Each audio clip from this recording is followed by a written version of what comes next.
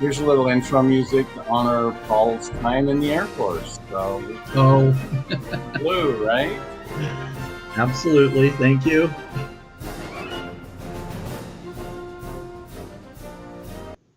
So, welcome to Centered Live with real conversations about what grounds us, lifts us, and helps us live with purpose, clarity, and compassion. Your hosts are myself, Randy Burgoyne, and Paul Maloy, husbands, fathers, teachers. I'd say we're patriots. We're pretty Oh, for patriotic, sure. right? Absolutely. And men of tremendous experience and faith. Yeah. So today is Memorial Day.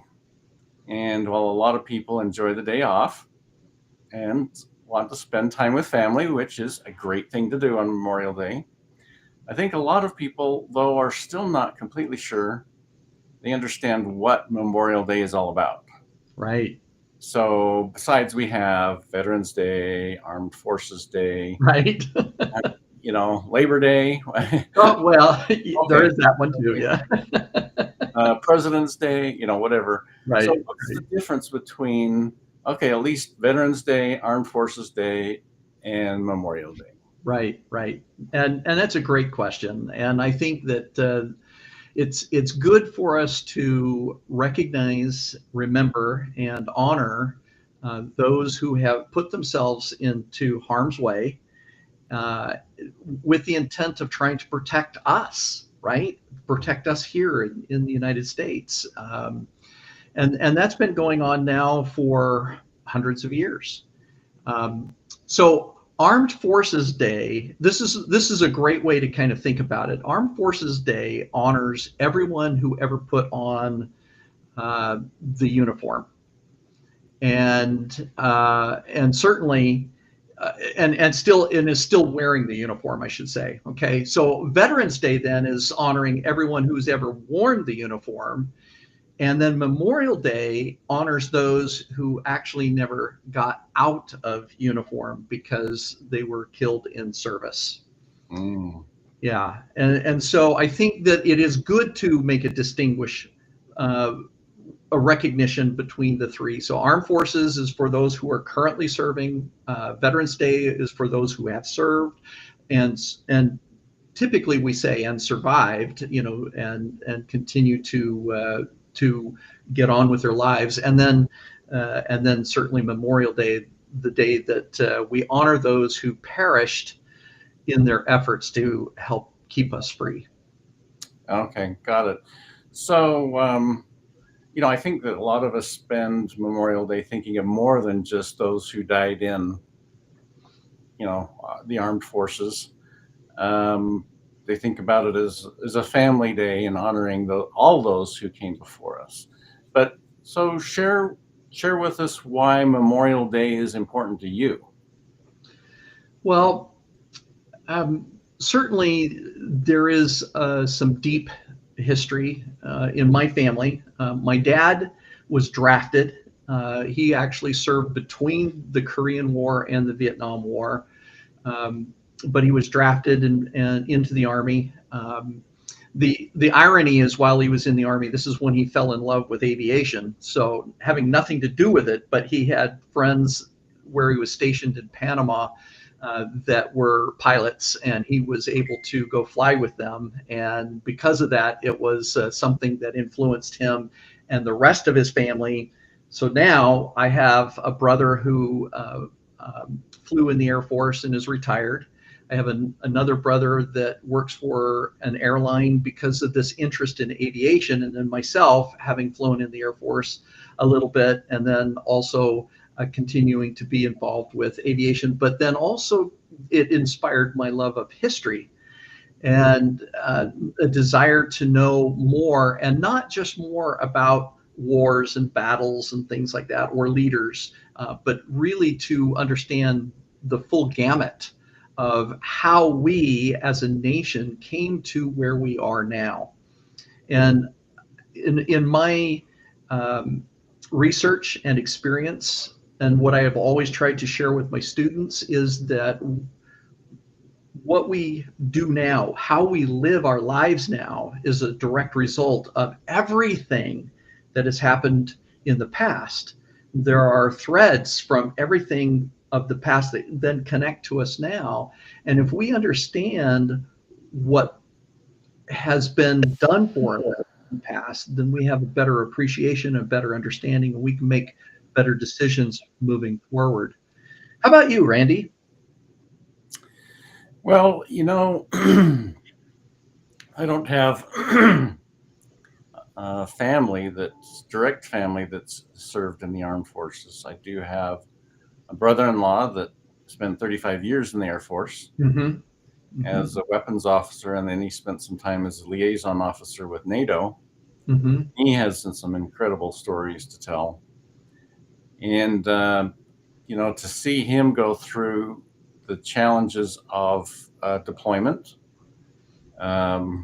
He was in some of he served as a pilot, a weapons officer in Desert Storm, Mm. and some since then that were Operation Freedom. I can't remember the exact term. Right. Some of those, Mm-hmm. and it was quite an interesting tale. He flew the F-111, which has now been retired, but Right.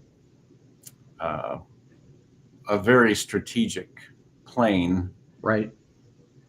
And and if we go back far enough, I actually have a great grandfather that served for the South in the Civil War, Mm-hmm. and he lost the lower part of his leg, but below the knee, in that conflict. And we don't have a lot of history of that. That's about all we know of Yeah. Yeah. great grandpa. So to me, it's been a time to spend time with family. Sure, we honor the armed forces. We recognize that, and I have great honor and respect for those that served in the armed forces. Mm-hmm. Mm-hmm. But I think throughout my life, it's been a family gathering, and yet we go and we decorate graves. Right? Mm-hmm. That's Mm-hmm. yesterday. We took Sunday afternoon to visit my father's gravesite and my mother-in-law's and some extended family, Yeah. which is a great time to tell stories and think about the contributions that they made to make us who we are, Right. and Right. Absolutely. consider Absolutely. what the armed forces has done to make our country what it is today. Right? Absolutely. Right. Right. And I'm so glad that you brought up the fact that we do very frequently on Memorial Day and Veterans Day and sometimes on Armed Forces Day, we go and we visit the cemeteries, especially when we have kin, family members who are there, and if they have served. Anne's father and mother both served. Anne's dad was in the Navy during World War II, and he was a mechanic somewhere in the South Pacific, fixing airplanes that were coming in with that battle damage. And then her mom actually served as part of the Women's Army Auxiliary Corps after World War II. So she came into Europe as Europe was in the process of rebuilding, and served for, I think, 2 years as a WAC. Um, the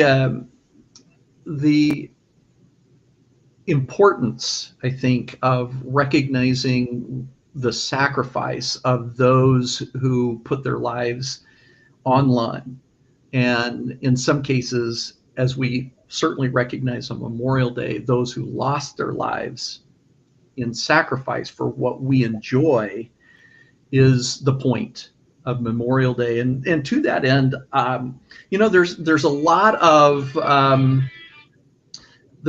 elements that, when we think about what brings us here now, but those who, again, willing to step up and fight against oppression, fight against tyrannical forces, to help us maintain our freedom and the freedom of other nations, is a major player to the rise and the greatness and the leadership of the United States of America.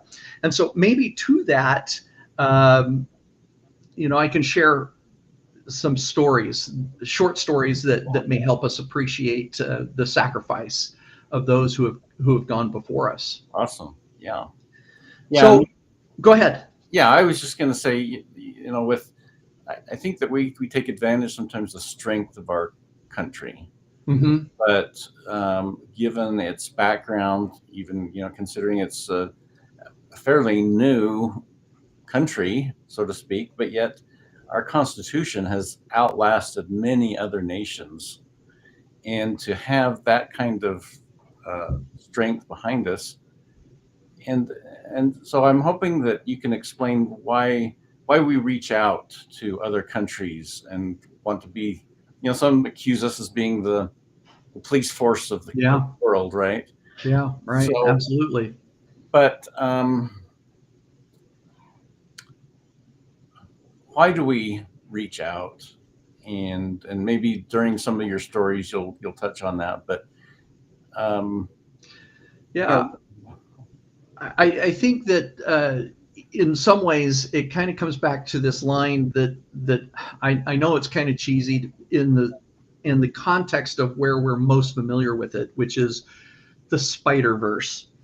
Spider-Man with his Uncle Ben is told, with great power comes great responsibility. But the reality is that is true.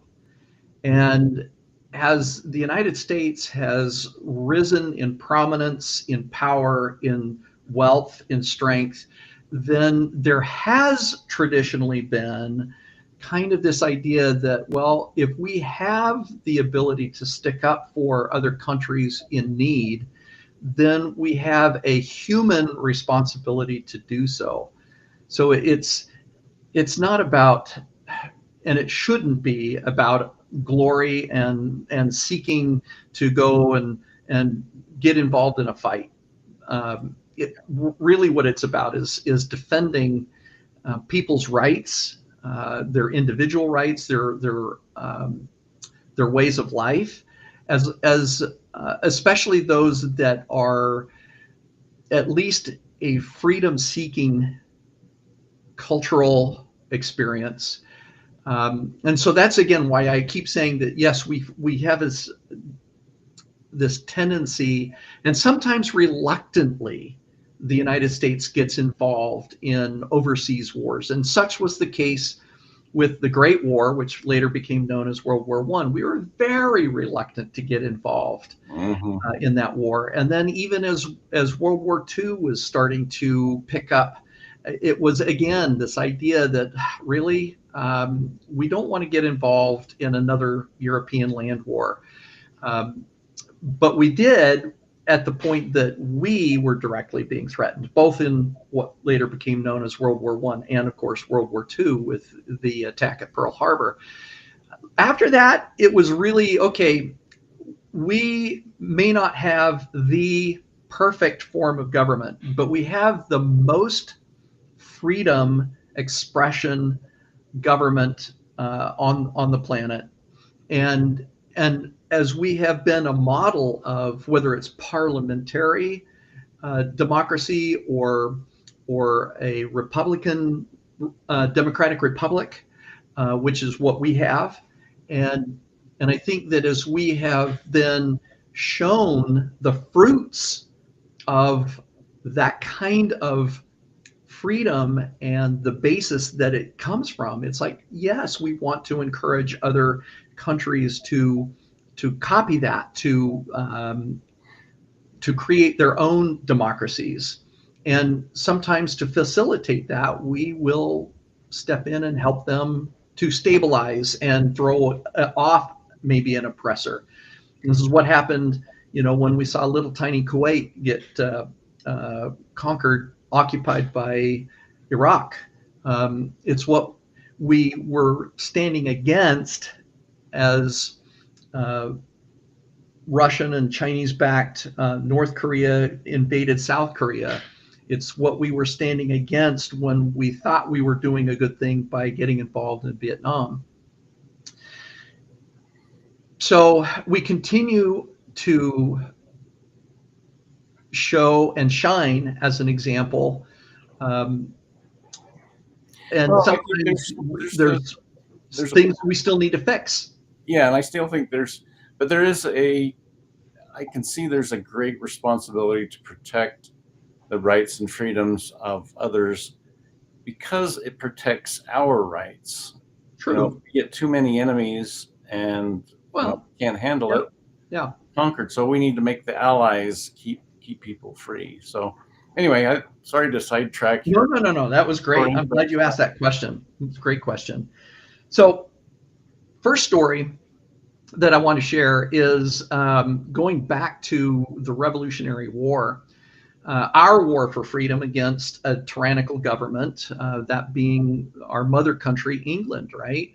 And here on the screen, you'll see displayed a list of all of the conflicts that we have been involved with from the Revolutionary War, basically through now. And as you look at these are numbers of soldiers killed in service. Now, I should point out, Randy, that there's a difference between killed in service and killed in action, because a great many of our soldiers end up dying of their wounds later. There are many that are captured and die in captivity. And so we list them as killed in service as opposed to those who were actually in combat. And the interesting thing is that if you look at the Revolutionary War, the War of 1812, the Mexican-American War, the American Civil War, the vast majority of those that died in those wars were deaths due to their wounds and were not able to recover. Today, with our medical knowledge, they most certainly would have been treated and they would have survived. But back then, we just didn't know enough to help save the lives of these soldiers. And so it's also interesting that you'll see there that several times I have the little tilde, which means about, right? About 70,000 lost during the Revolutionary War, about 15,000 in the War of 1812. Now, it is interesting that we have a more precise number with the Mexican-American War, but then we go back to the American Civil War, and it's like about 750,000. And by the way, that's important to recognize that everybody in that war was American. And so this is the cost of lives on both the Confederate as well as the Union side together. Gotcha. Yeah. Another thing, and I'll share that coming up, is that in these early wars, there wasn't a lot of deep documentation of who is involved. A lot of the information that we get from these early wars comes through family histories, as well as then those who are signing up either because they're being drafted or because they're joining, and we have those lists of names, and so we can see approximately who was involved. But you mentioned that you have a great-grandfather, maybe a great-great-grandfather, I would bet, Randy, that fought in the Confederacy. My great-great-grandfather was drafted as he was a farmer in Alabama shortly after his first wife died in childbirth. And he was conscripted to go fight with a regiment in Alabama. And at some point, he signed his name to a registry that then made that official. So it's interesting, where we get our records, but there are, in many cases, especially in these early wars, that the record keeping just wasn't that accurate. Right. So I had mentioned that the first story I'm going to share is from the Revolutionary War, and we always think of George Washington, Thomas Jefferson. We think of Paul Revere. Dr. Joseph Warren of Boston was very much involved in the Sons of Liberty. So he was friend to Paul Revere and the others who were there, basically trying to protect Boston, particularly from the occupying forces of the British. And so the British General Gage and Dr. Warren would sometimes have discussions or conversations as General Gage was trying to figure out what the Sons of Liberty were doing, and Warren was not opposed to having these face-to-face conversations with General Gage. But at some point, as many will recognize, we have the Battle of Lexington, and in that battle, Warren was there. And in fact, he was nearly killed in that battle. But now we fast forward a couple years, and what we see is that the British are completely occupying Boston, and there are cannons that are coming from Fort Ticonderoga to the Boston area for the Patriots, or the rebels, frankly, to use against the British. And one of the places that they had scoped out was two hills on an island. One was called Breed's Hill, and the other was called Bunker Hill. And Warren, wanting to be part of this, had been given the rank of general, but he went to Breed's Hill. He went to the leaders there and said, "What can I do to help? And where do you think the heaviest fighting will be?" And they told him that it would be on Breed's Hill. And he says, "Okay, I'm going to go there, and I'm under your command." And they said, "Look, I'm a colonel. The other guy was a major." He says, "You are the one that should be in charge. You know, you outrank us." And he says, "I have less military experience than either of you, so I am going to serve at your command as a private."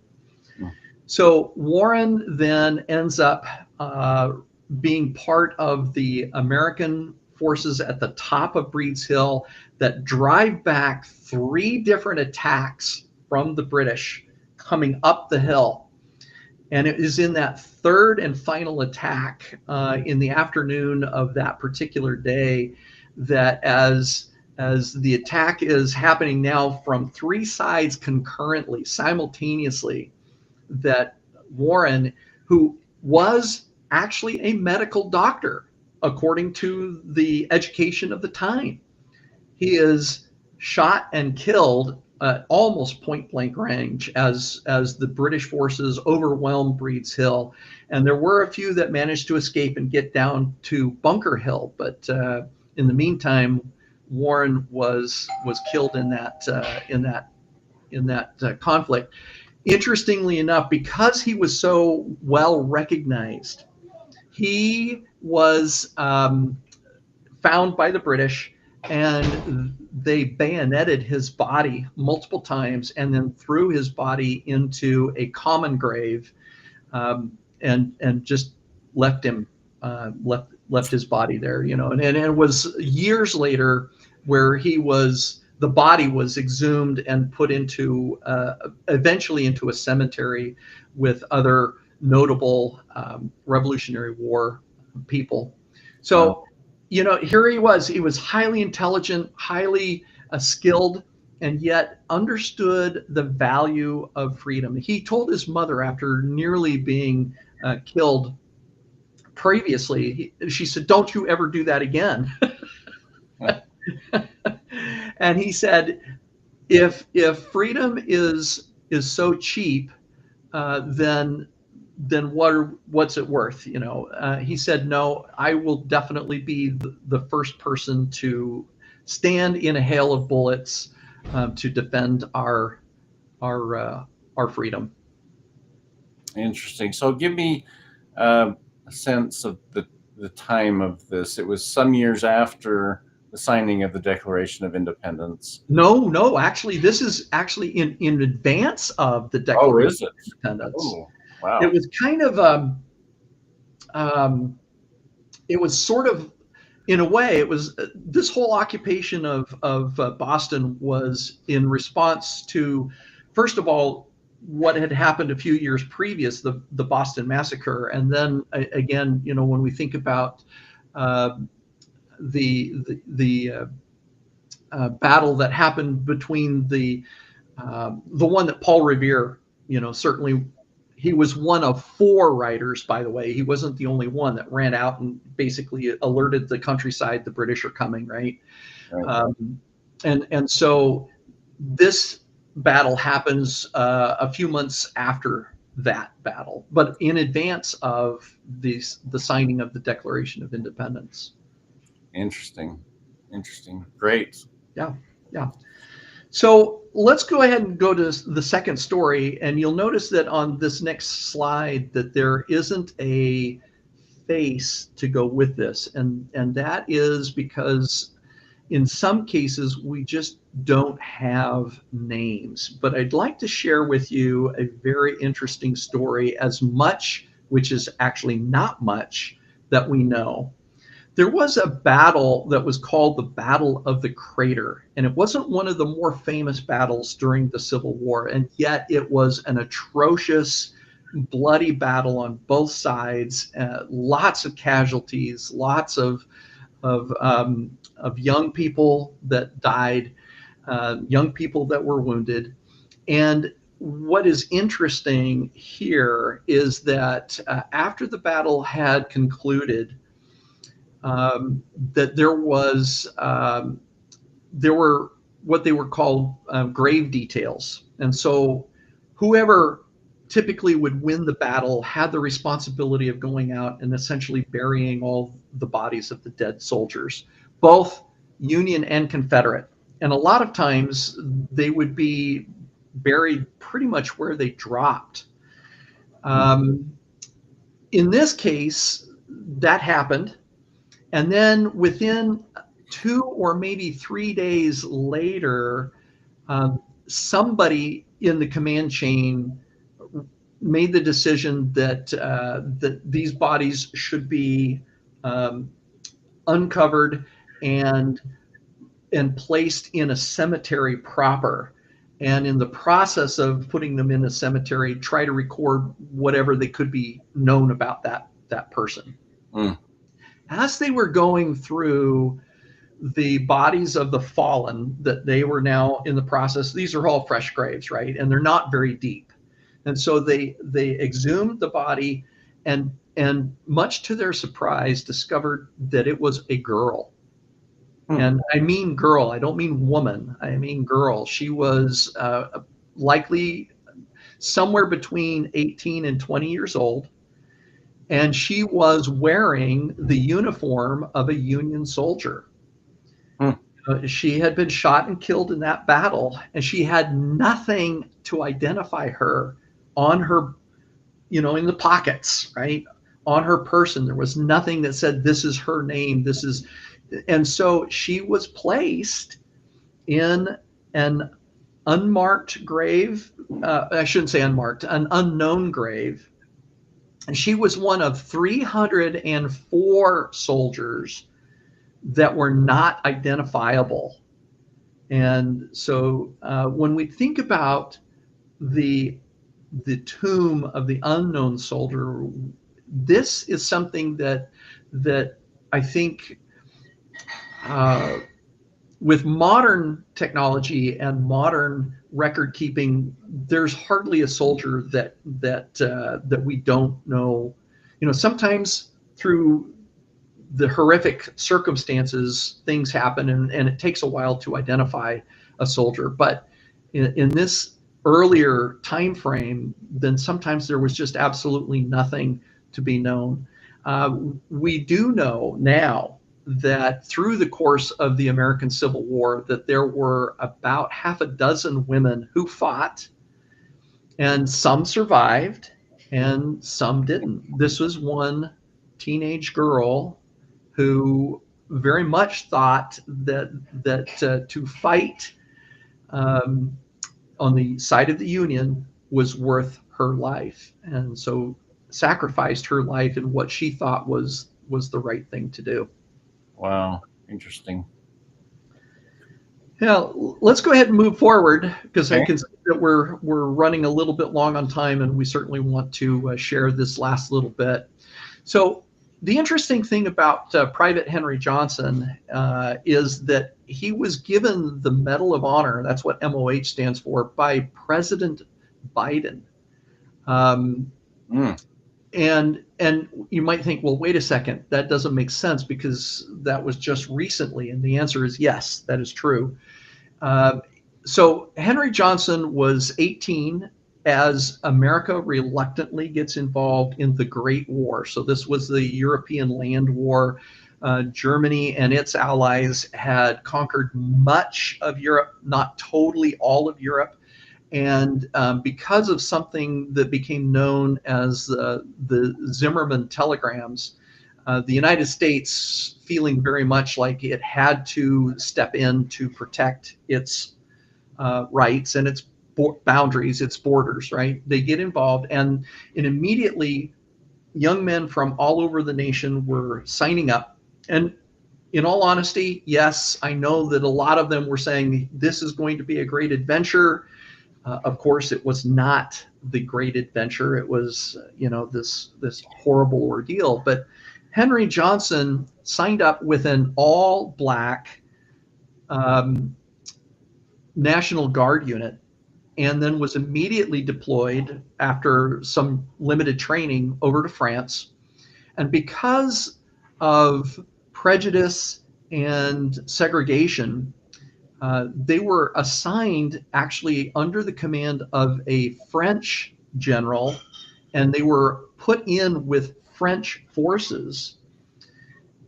In one of these battles that was taking place, the French had tried to push against the German trenches and were driven back. Then the Germans then started to come forward, and they were gaining ground.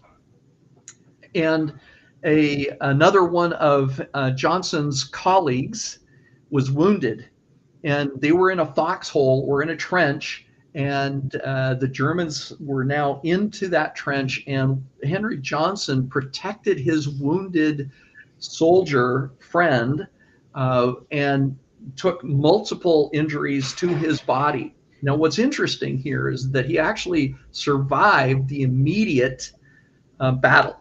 Mm. And even though we're talking about Memorial Day, I think it's significant to know that he died of his wounds just 10 years later. So at the age of 28, wow, he passes away because of the cumulative effects of his battle wounds. But because it was documented what he had done in receiving those wounds, he was put up for the Medal of Honor clear back in 1918. But it was refused to him because, number one, he was black. Number two, because he was under French command. And so it actually fast forwards all the way. And I think I said President Biden, and that I misspoke. It was actually President Obama who awarded him the Medal of Honor just a few years ago. So kind of interesting. Okay, let's go to the next guy. All right, great. Oh, this has got a familiar name. It does, and yet I haven't figured out how we're related. We got to go back far enough, and then there would be a connection. Yeah. But interestingly enough, I came across the story of Chief Water Tender Thomas Joel Maloy while I was doing research for. I had discovered that there was a ship that was involved in the D-Day invasion of Europe in 1944. And it was called the USS Maloy. And I thought, well, that's really interesting. Years later, I discovered that, they don't just randomly give ships names. There had to be some reason why it was called the USS Maloy. And I found out it was because of this man here. So one of the interesting things is that Chief Water Tender is a rank in the Navy. That means that you are in the engine room and your job is to basically control the steam of the mechanism that turns the propellers of a ship, right? We're talking about you're in the engine room of a ship. So you're below the water line. So in this case, Joel Maloy had enlisted in the Navy in like 1936, if I remember right. So he was already a long-term veteran of the Navy when World War II breaks out at the very end of 1941. In 1942, his ship is the USS New Orleans, and they are involved in the Battle of Guadalcanal in the South Pacific. His ship takes 2 or maybe 3 torpedoes from a Japanese submarine, and immediately it's irreparable. It's going to go down.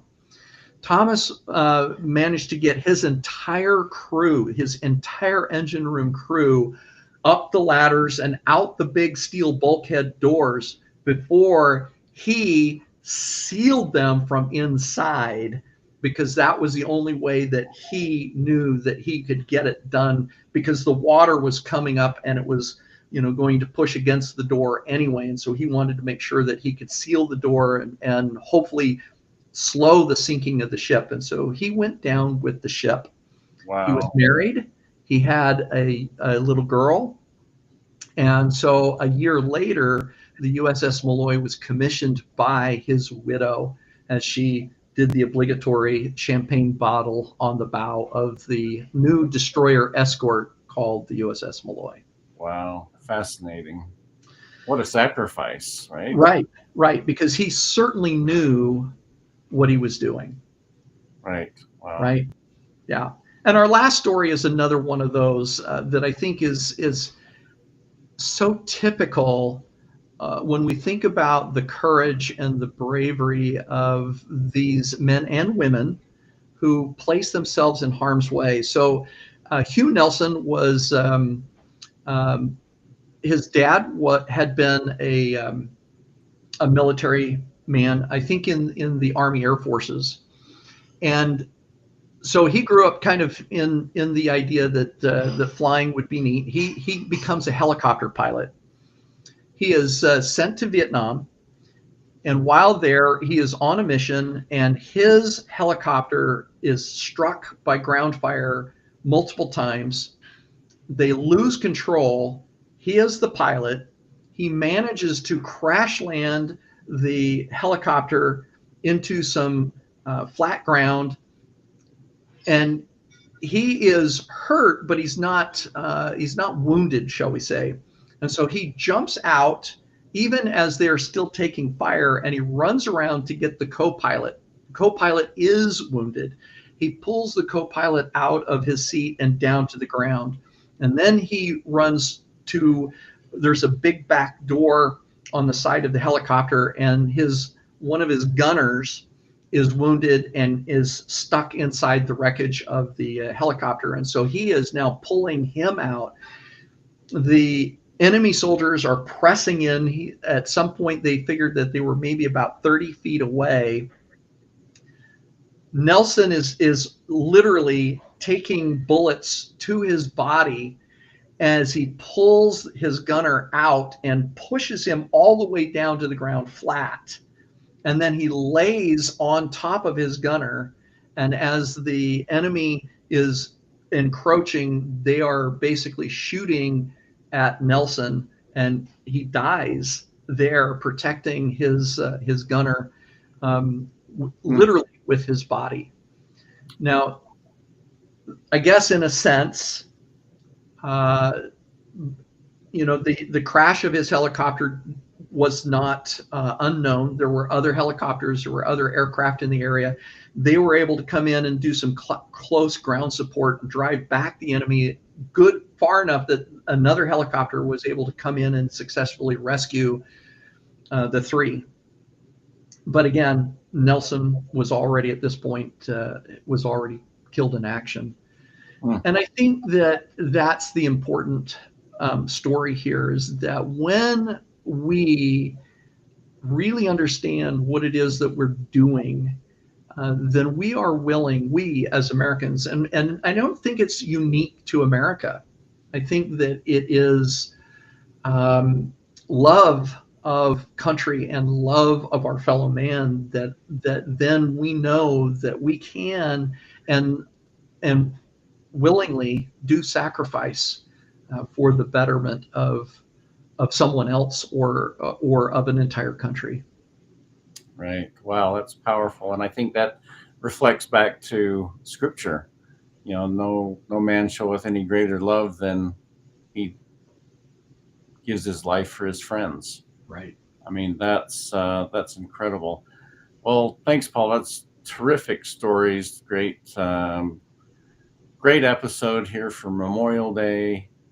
And of course, we salute all the veterans and the survivors of those that served, and have a great love and respect for all those that have gone before us, whether they're military, armed forces, or pioneers that that settled our country and Right, created right. our Constitution. And really, we shouldn't forget in the least those in our community, the police officers, the firefighters, those who are very much sometimes in dangerous situations. We could certainly recognize the courage and bravery of people, of ordinary citizens who are just suddenly catapulted into a dangerous scenario like a house fire or an auto accident where somebody is pinned inside of a car and they go